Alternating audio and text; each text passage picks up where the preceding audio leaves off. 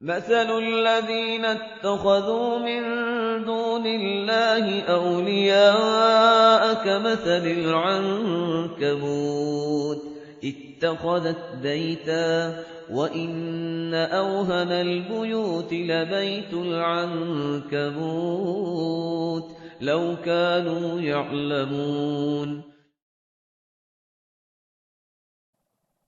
نحمده ونصلي على رسوله الكريم اما بعد فاعوذ بالله من الشيطان الرجيم بسم الله الرحمن الرحيم رب اشرح لي صدري ويسر لي امري واحلل عقدة من لساني يفقهوا قولي. الله يبسط الرزق لمن يشاء من عباده ويقدر. اللہ ہی بندوں میں سے جس کا رزق چاہتا ہے پھیلا دیتا ہے، کشادہ کر دیتا ہے، اور جس کا چاہتا ہے تنگ کر دیتا ہے۔ اصل میں مشرکین مسلمانوں پہ ایک اعتراض کرتے تھے کہ تم اگر اللہ کے ماننے والے ہو تو غریب کیوں ہو، اور ہم اس کو نہیں مانتے، دیکھو ہم اتنے مالدار ہیں۔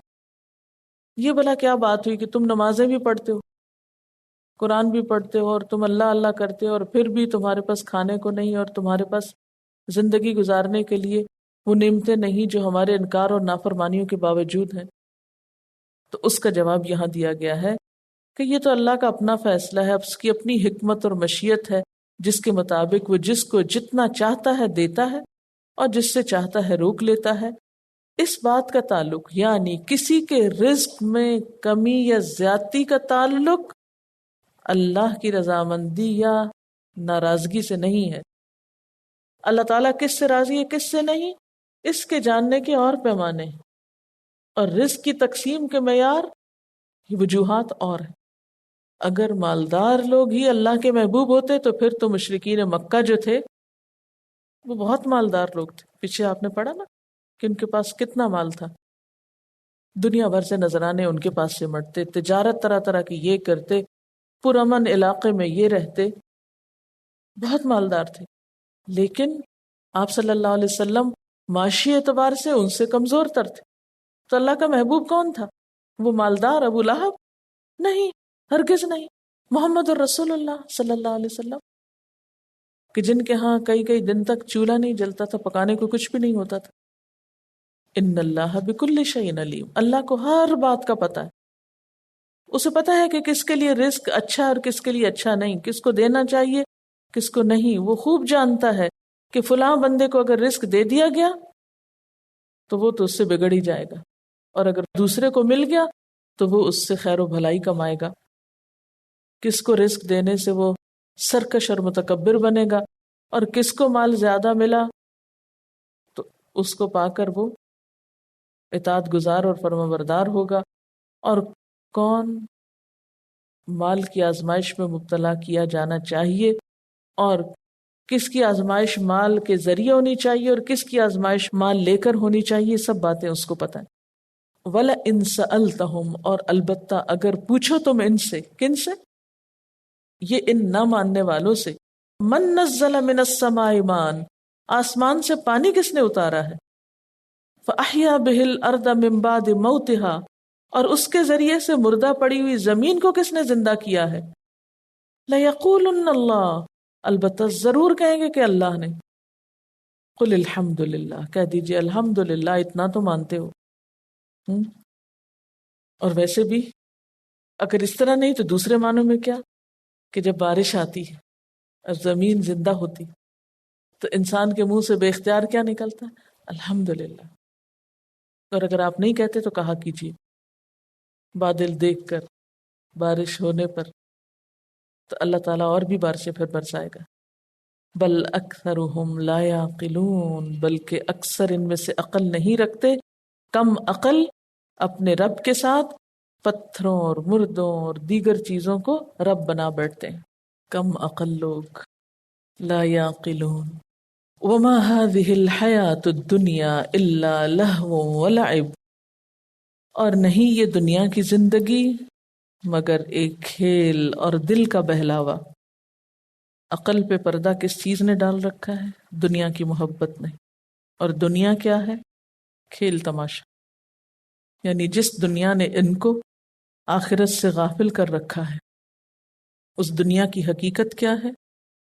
جیسے کوئی کھیل یا ڈرامہ ہوتا ہے، لہو و لعب. لہب اسی کو کہتے ہیں، لعب کس کو کہتے ہیں؟ کھیل کو.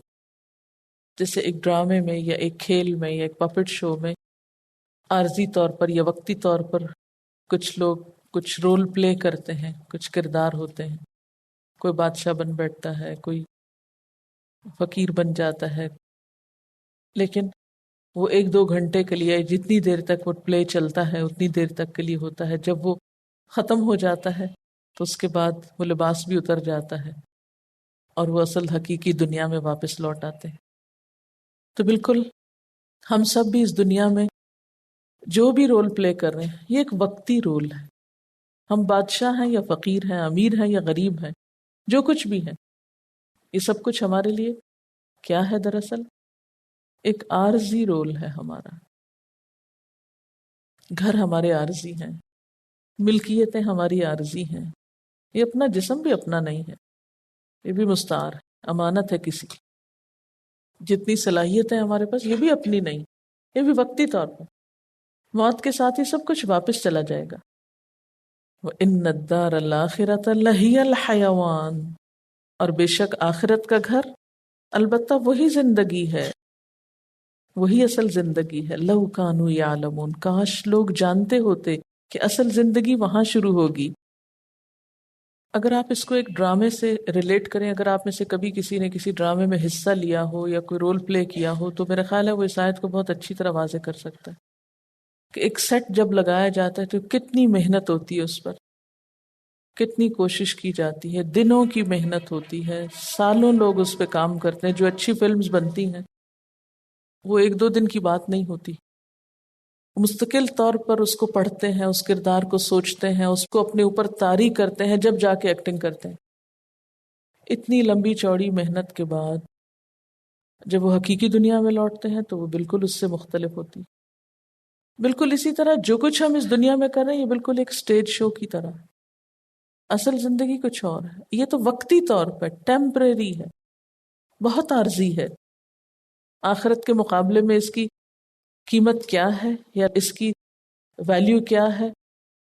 کأنہم یوم یرونہا لم یلبثوا الا عشیۃ او ضحاہا. جس دن قیامت کو لوگ دیکھیں گے، آخرت کو دیکھیں گے، تو دنیا ان کو کتنی لگے گی؟ گویا صبح کا ایک پہر، صبح کا کچھ وقت یا شام کا کچھ وقت، اور بس ختم. اب وہ لوگ جو اپنی پوری انرجیز، ساری ذہانتیں، ساری قابلیتیں، اپنا سب کچھ صرف اسی میں کھپا دیتے ہیں اور آخرت کے لیے کچھ نہیں کرتے، تو کل جب اصل زندگی شروع ہوگی تو وہاں ان کے پاس کیا ہوگا استعمال کرنے کو؟ کس قدر خسارے کی بات ہے. لو کانوا یعلمون، کاش وہ جانتے ہوتے کہ وہ کتنا دھوکے کا سامان کر رہے ہیں. اور انسان کی یہ بہت بڑی بھول ہے، بہت گمراہی ہے، گمراہی، کہ انسان اس حقیقت کو سوچتا نہیں، دنیا سے اوپر اٹھ کے سوچ ہی نہیں سکتا، ظاہریت سے اوپر اٹھ ہی نہیں سکتا. اتنے ظاہر پرست ہیں کہ بس جو نظر آتا ہے اسی کو اصل حقیقت سمجھے ہوئے ہیں. لیکن عقل مند وہ ہے جس کو یہ سمجھ آ جائے کہ اصل زندگی کب شروع ہو رہی ہے میری. اسی لیے آپ صلی اللہ علیہ وسلم نے حضرت عبداللہ بن عمر کو نصیحت کی تھی. آپ صلی اللہ علیہ وسلم نے ان کے جسم کا کوئی حصہ پکڑا، یعنی ہاتھ جیسے پکڑتے ہیں، کہا یا عبداللہ کن فی الدنیا کأنک غریب و عابر السبیل. عبداللہ دنیا میں اس طرح رہو گویا اجنبی ہو، غریب ہو یا راہ گزر ہو. کہیں سے گزرنے والا کسی خاص شہر سے، علاقے سے، بس اس میں سے کتنا حصہ لیتا ہے، کتنی دلچسپی لیتا ہے اس میں. بس تھوڑی دیر کے لیے آئے، چلے جانا ہے، کس لیے اتنا اسباب اکٹھا کر کے رکھنا ہے. اور اگر کچھ خریدتے بھی ہیں تو وہاں استعمال کرنے کے لیے نہیں، ساتھ لے جانے کے لیے. کبھی آپ کہیں اور کسی شہر میں گئے ہوں، کسی ملک میں گئے ہوں، تو وہاں جا کر آپ کی فیلنگ کیا ہوتی کہ رہنے آئے ہیں یا نہیں؟ گھر یاد آتا رہتا ہے، واپس جانا ہے، واپس جانا ہے، واپس جانا ہے. اور پھر کچھ بھی خریدتے ہیں، کوئی بھی چیز کرتے ہیں تو کیا ہوتا ہے؟ اکٹھا کرتے رہتے، سمیٹتے رہتے اور ہمیشہ وزن کا مسئلہ ہو جاتا ہے، پھر ایکسس بیگیج پے کرنا پڑتا ہے کہ گھر لے کے جانا ہے۔ آخرت کے معاملے میں ہم اتنے حریص کیوں نہیں؟ کبھی اس بیگیج کو بھی دیکھا ہے کتنا ایکسس ہے؟ وَإِنَّ الدَّارَ الْآخِرَةَ لَهِيَ الْحَيَوَانُ، اصل زندگی تو وہاں شروع ہوگی۔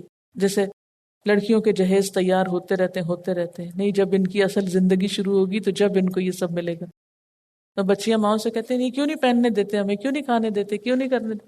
نہیں یہ تمہارے کل کے لیے ہے کہ جب تمہاری اپنی زندگی شروع ہوگی پھر تم استعمال کرنا، کیونکہ اصل زندگی تو وہ ہے، ماں باپ کے گھر میں تو تم 4 دن کی مسافر ہو۔ لو کانوا یعلمون، کاش وہ جانتے ہوتے۔ دنیا کے ان معاملات کو تو ہم جانتے ہیں لیکن آخرت کے معاملے میں نہیں جانتے، وہ عمل صالح نہیں کرتے جن سے آخرت کا گھر سنورتا ہے، کیونکہ اگر وہ جان لیتے تو پھر وہ دنیا سے زیادہ اپنے آخرت کے گھر کو سنوارنے کی فکر کرتے، اور اس کے لیے کیا کام آتا ہے؟ لو کانوا یعلمون، کاش کچھ علم حاصل کر لیتے، کاش کچھ سیکھ لیتے، کچھ جان لیتے۔ فَإِذَا رَكِبُوا فِي الْفُلْكِ دَعَوُا اللَّهَ مُخْلِصِينَ لَهُ الدِّينَ، جب یہ لوگ کشتی پہ سوار ہوتے ہیں تو اپنے دین کو اللہ کے لیے خالص کر کے اس سے دعا مانگتے ہیں۔ دنیا میں انسان کو بار بار ایسے تجربات پیش آتے ہیں جو اس کو اس کی ہستی یاد دلاتے ہیں۔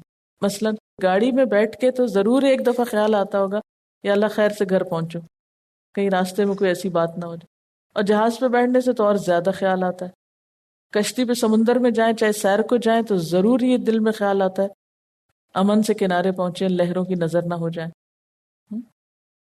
تو فرمائے کہ فَإِذَا رَكِبُوا فِي الْفُلْكِ دَعَوُا اللَّهَ مُخْلِصِينَ لَهُ الدِّينَ، وہاں بیٹھ کے جتنے خلوص سے اللہ کو پکارتے ہیں، سچے دل سے دعا مانگتے ہیں، دل کی گہرائیوں سے اس کو پکارتے ہیں، دین کو اللہ کے لیے خالص کرتے ہیں، سب مصنوعی خیالات ختم ہو جاتے ہیں، سب وسوسے اس وقت ختم ہو جاتے ہیں، پورا دھیان دل لگتا ہے دعا میں، اور جو ہی کنارے پہنچتے ہیں فلما نجاہم الی البر، جو ہی کنارے پہ خشکی کے پاس آتے ہیں اللہ ان کو نجات دیتا ہے، اذا ہم یشرکون، تو جب وہ شرک کرنے لگتے ہیں، پھر اللہ کے ساتھ اخلاص بھول جاتے ہیں، ناشکری کرنے لگتے ہیں۔ یعنی جب جان پہ بنے، مصیبت آئے تو اللہ یاد آئے، اور جب اچھے حالات ہوں تو اللہ بھول جائے۔ اس سے بڑھ کر ناشکری کیا ہوگی؟ اس لیے فرمایا لِيَكْفُرُوا بِمَا آتَيْنَاهُمْ، تاکہ ناشکری کریں ساتھ اس کے جو ہم نے ان کو دیا، یعنی اس نجات کو بھول جائیں، یعنی اس طرح وہ اللہ کی نعمت کو بھول جاتے ہیں۔ وَلِيَتَمَتَّعُوا، اور چاہیے کہ یہ پھر فائدے اٹھا لیں جو چند روزہ زندگی کے انہوں نے اٹھانے ہیں، کیونکہ کفران نعمت کر کے ہی وہ دنیا کی لذتوں سے اور نعمتوں سے متمتع ہونا چاہتے ہیں، تو ہو لیں۔ فَسَوْفَ يَعْلَمُونَ، ان قریب وہ جان لیں گے۔ اولم یرو، کیا انہوں نے دیکھا نہیں، ان کے تجربے میں یہ بات نہیں آئی؟ کیا بات؟ انا جعلنا حرما آمنا، کہ ہم نے امن والا حرم بنایا ہے، پرامن حرم بنایا۔ حرم وہ سارا علاقہ جہاں شکار کرنا منع ہے، جانور کو بھگانا منع ہے، پودوں کو، انسانوں کو، کسی بھی چیز کو تکلیف پہنچانا منع ہے۔ وَيُتَخَطَّفُ النَّاسُ مِنْ حَوْلِهِمْ، اور لوگ ان کے ارد گرد سے اچک لیے جاتے ہیں۔ یعنی انہوں نے کبھی غور نہیں کیا کہ ان کے شہر مکہ کو کمال درجے کا امن میسر ہے، اور 2500 سال سے یہ سارا عرب بدامنی کی زندگی گزار رہا ہے اور ان کے ہاں امن ہی امن ہے، تو یہ انہوں نے کبھی نہیں سوچا کہ ان کے شہر میں یہ امن کیوں ہے؟ کبھی نہیں غور کیا انہوں نے کیوں ہے؟ اللہ کے گھر کی وجہ سے ہے۔ افبالباطل یؤمنون، کیا پھر یہ باطل پر ایمان لائیں گے، نہیں بتوں کو پوجیں گے، لات و منات اور حبل کو پوجیں گے۔ وبنعمت اللہ یکفرون، اور اللہ کی نعمت کا انکار کریں گے۔ اللہ تعالیٰ نے نبی صلی اللہ علیہ وسلم کے ذریعے جو حدود بتائیں، حدود حرم، ان کے اندر داخل ہوتے ہی ایک خاص قسم کا امن اور پیس محسوس ہوتا ہے۔ وہاں پہنچ کے بڑے سے بڑے ظالم اور سرکش اپنی سرکشی بھول جاتے ہیں، اللہ کے آگے جھک جاتے ہیں۔ فرمایا کہ صحرائے عرب میں امن کا سفینہ ہے یہ مکہ، کبھی سوچو تو کہ پورے عرب میں سے اسی کو امن کیوں حاصل ہے؟ تمہارے اس حرم کے باہر دیکھو، دن رات قافلے لٹتے ہیں، دن رات ڈاکے پڑتے ہیں، کتنی مشکلات ہیں باہر کے لوگوں کو، لیکن تم اللہ کی نعمت کا انکار کرتے ہو۔ کبھی نہیں سوچا کہ یہ سب کچھ تمہیں کس وجہ سے نصیب ہوا ہے، پھر بھی تم انکار کرو گے، پھر بھی اللہ کو نہیں مانو گے؟ کیا اس کی نعمتوں کا شکر ادا نہ کرو گے؟ بتوں ہی کی پرستش کرتے رہو گے؟ کیا پیغمبر کی تصدیق نہ کرو گے؟ کتاب پر ایمان نہیں لاؤ گے؟ باطل ہی کو مانتے رہو گے؟ وَمَنْ أَظْلَمُ مِمَّنِ افْتَرَى عَلَى اللَّهِ كَذِبًا، اس سے بڑا ظالم اور کون ہو سکتا ہے جو اللہ پہ جھوٹ گڑ لے۔ أَوْ كَذَّبَ بِالْحَقِّ لَمَّا جَاءَهُ، یا جھٹلا دے حق کو جب کہ وہ اس کے پاس آ جائے۔ حق خود چل کے ان کے پاس آ گیا اور پھر بھی یہ اس کو نہیں مان رہے اور اللہ کے اوپر جھوٹ گڑتے ہیں، یعنی دوسروں کو اس کا شریک ٹھہراتے ہیں۔ او کذب بالحق لما جاءہ، یا یہ کہ حق سامنے آئے تو اس کو جھٹلا دے۔ تو اس سے مراد کیا ہے؟ یعنی قرآن اور رسول جو ان کے پاس آئے ہیں حق لے کر، ان کو مان کے نہیں دیتے۔ الیس فی جہنم مثوی للکافرین، کیا جہنم میں کافروں کے لیے ٹھکانہ نہیں ہے؟ سب کو وہاں جگہ مل جائے گی، ایسے سرکشوں کو، انکار کرنے والوں کو۔ والذین جاہدوا فینا، اور وہ لوگ جو ہمارے راستے میں جد و جہد کرتے ہیں، لنہدینہم سبلنا، البتہ ہم ضرور ہدایت دیں گے ان کو اپنے راستوں کی۔ وَإِنَّ اللَّهَ لَمَعَ الْمُحْسِنِينَ، اور بے شک اللہ تعالی احسان کرنے والوں کے ساتھ ہے۔ یعنی دین پر عمل کرنے میں انسان کو جو دشواریاں، آزمائشیں اور مشکلات پیش آتی ہیں، اگر کوئی شخص ان کو دور کرتے ہوئے، ان سے نبٹتے ہوئے، ان کا مقابلہ کرتے ہوئے اللہ کے راستے میں بڑھتا چلا جاتا ہے تو ایک دن اللہ تک پہنچ جاتا ہے۔ والذین جاہدوا فینا، اور وہ لوگ جو ہمارے راستے میں جہاد کریں گے۔ جہاد کیا چیز ہوتی ہے؟ جہاد کس سے؟ جہد کس کا؟ کوشش کو۔ کس بات کی کوشش؟ اللہ کی طرف جانے کے راستے میں کسی بھی آنے والی رکاوٹ کو ہٹانے کے لیے کوشش کرنا تاکہ اللہ کی طرف جا سکیں، یہ ہوتا ہے جہاد۔ یہ جو قتال کرتے ہیں نا، پھر جنگ کرتے ہیں، لڑتے ہیں، تو وہ بھی اصل میں کیوں ان کو مارتے ہیں؟ کافر کو کیوں مارتے ہیں آپ؟ اس کو ہٹاتے ہیں رستے کے، ہمیں جانے دو اللہ کے رستے کی طرف۔ سمپل معنی یہ۔ تو وہ خواہ کوئی انسان ہو، خواہ وہ ظالم ہو، خواہ وہ کوئی جنگ لڑنے والا ہو، خواہ وہ کوئی بھی ہو، یعنی جہاد دراصل پھر کیا ہوا؟ اللہ کی طرف جانے کے راستے میں کوئی بھی رکاوٹ جو آئے، اس رکاوٹ کو ہٹانے کی کوشش۔ والذین جاہدوا فینا، وہ لوگ جو ہمارے راستے میں کوشش کریں گے، یعنی عمل کرنے میں جو بھی رکاوٹ آئے گی اس کو ہٹائیں گے۔ لنہدینہم سبلنا، ہم ان کو اپنا رستہ ضرور دکھائیں گے۔ رستہ کس کو ملے گا؟ جو محنت کریں گے، کوشش کریں گے، جہاد کریں گے، رکاوٹوں کو ہٹائیں گے، وہ ہم تک پہنچ جائیں گے۔ ہم بھی ان کو رستہ دکھاتے جائیں گے، اب ادھر چلو، اب ادھر چلو، اس پزل میں سے پار نکالیں گے۔ وَإِنَّ اللَّهَ لَمَعَ الْمُحْسِنِينَ، اور بے شک اللہ احسان کرنے والوں کے ساتھ ہوتا ہے۔ تو محسنین یہاں کون ہوئے؟ مل احسان ان تعبد اللہ کأنک تراہ فإن لم تکن تراہ فإنہ یراک۔ اللہ کی عبادت ایسے گویا تم اس کو دیکھ رہے ہو، اگر ایسا نہ فیل ہو تو یاد رکھو وہ تو تم کو دیکھتا ہے۔ تو جس شخص کا عمل اس احساس کے ساتھ ہوگا کہ اللہ دیکھ رہا ہے، اس کے عمل میں خود ہی خوبصورتی پیدا ہو جائے گی۔ بالکل ایسے ہی جیسے آپ دیکھیں نا، سرونٹس کو اگر آپ دیکھنا شروع کر دیں تو ان کے کام میں کیا ہوتا ہے؟ پرفیکشن آ جاتی۔ تو جس دل میں یہ خیال آ جائے کہ میرا رب مجھ کو دیکھ رہا ہے، تو اس کے ہر عمل میں حسن آ جائے۔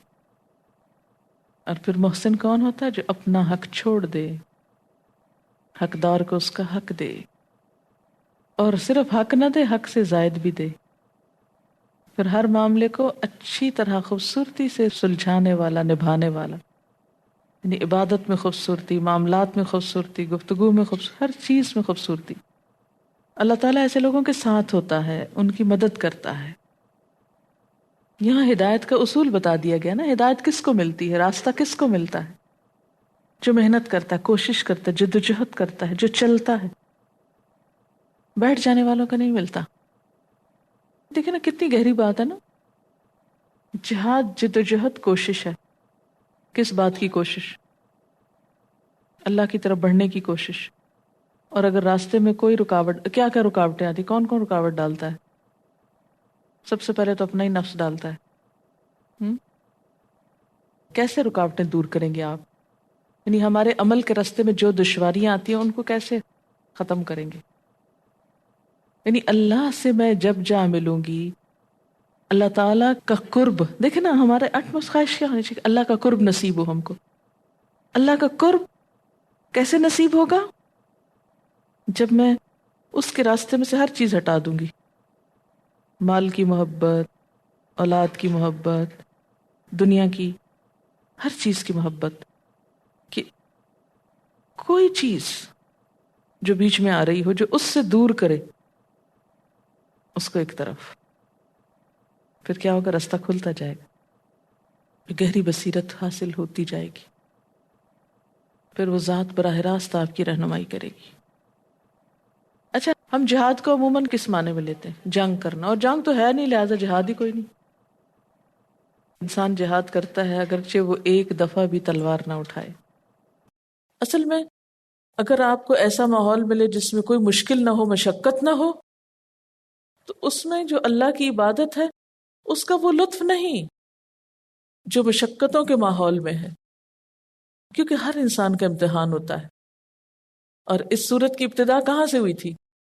احسب الناس ان یترکوا ان یقولوا آمنا وہم لا یفتنون، کیا لوگوں نے یہ سمجھ رکھا ہے کہ وہ اتنا کہنے پہ چھوڑ دیے جائیں گے کہ وہ کہتے ہیں ہم ایمان لائے اور وہ آزمائے نہ جائیں گے؟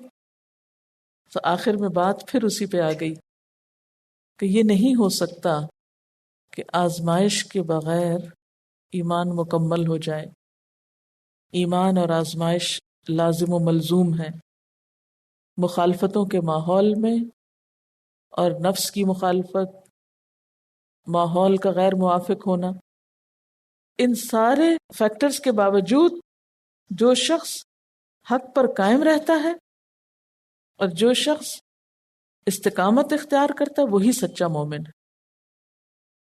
یعنی جب سب ساتھ چھوڑ جائیں، کبھی آپ کو زندگی میں ایسا تجربہ ہوا ہوگا کہ اللہ کے راستے میں آپ کو یوں محسوس ہوتا ہو کہ جیسے آپ تنہا ہو گئے، بالکل اکیلے ہو گئے، کوئی بھی آپ کی بات نہیں سمجھ رہا۔ تو والذین جاہدوا فینا، ایسے میں کہ جب انسان اس راستے میں اتنی محنت کرے کہ تنہا چھوڑ دیا جائے، تو حقیقت میں وہ ایسا انسان ہی رب کو پاتا ہے۔ اس وقت اللہ تعالیٰ جس طرح یاد آتے ہیں نا، مخلصین لہ الدین، اور جس طرح انسان اس سے دعا مانگتا ہے تو کسی اور موقع پہ نہیں ہو سکتا۔ ایسا ہی شخص اپنی مادی آسائشیں اور آرام قربان کر کے اللہ کی عبادت کر سکتا ہے۔ پھر لوگوں کو جو باتیں سمجھ میں نہیں آتی ان کو سمجھ آنے لگتی۔ لوگ ظاہری دنیا میں کھوئے ہوتے ہیں، تکلیفیں اٹھا کر، تکلیفیں پا کر اللہ تک پہنچنے والا، اس پر ہر طرح کی حکمت اور ہر طرح کی چھپی ہوئی باتوں کے راز کھلنے لگتے ہیں، گہرے بھید کھلنے لگتے ہیں جو عام لوگوں کو نظر نہیں آتی باتیں۔ اور اپنا راستہ نہیں کہا، اپنے راستے کہا۔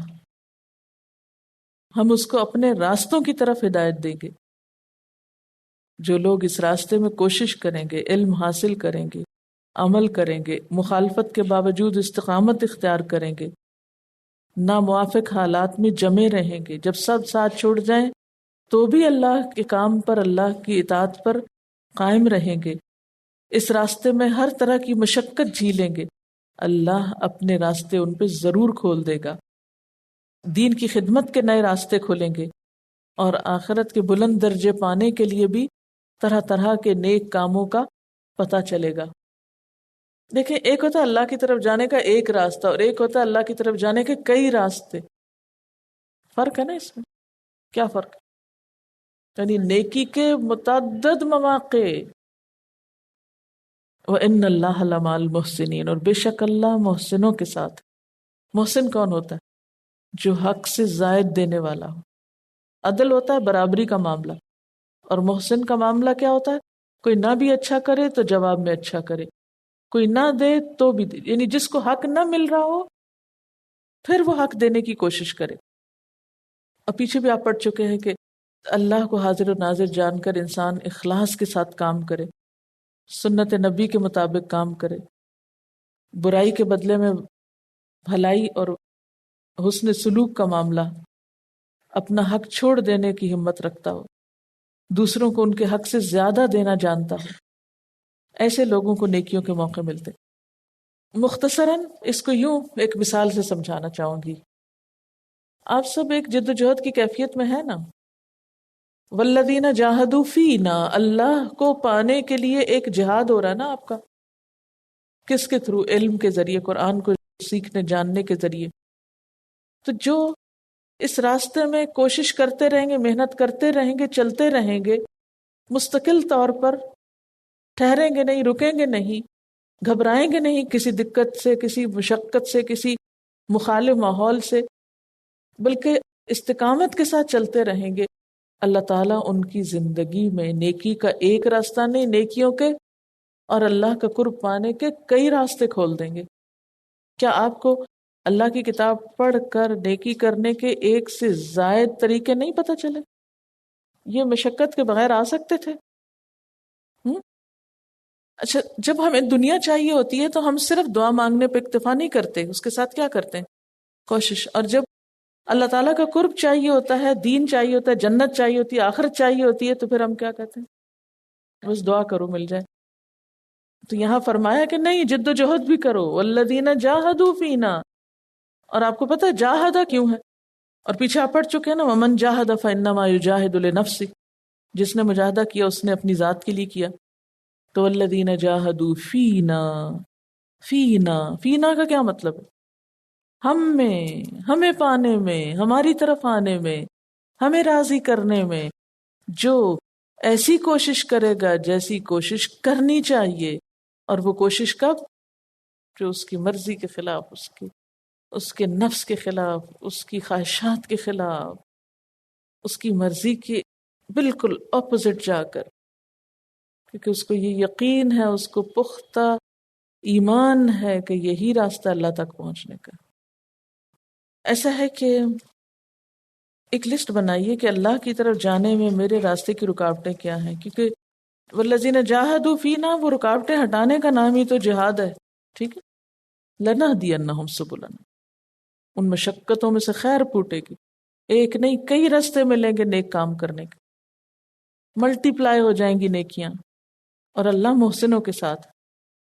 محسن بن جائیے، کوشش کرنے کا حق ادا کیجیے، پھر آپ دیکھیے کہ اللہ کی مدد آتی ہے کہ نہیں.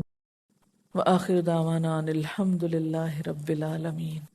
سبحانک اللہم وبحمدک، اشہد ان لا الہ الا انت، استغفرک واتوب الیک.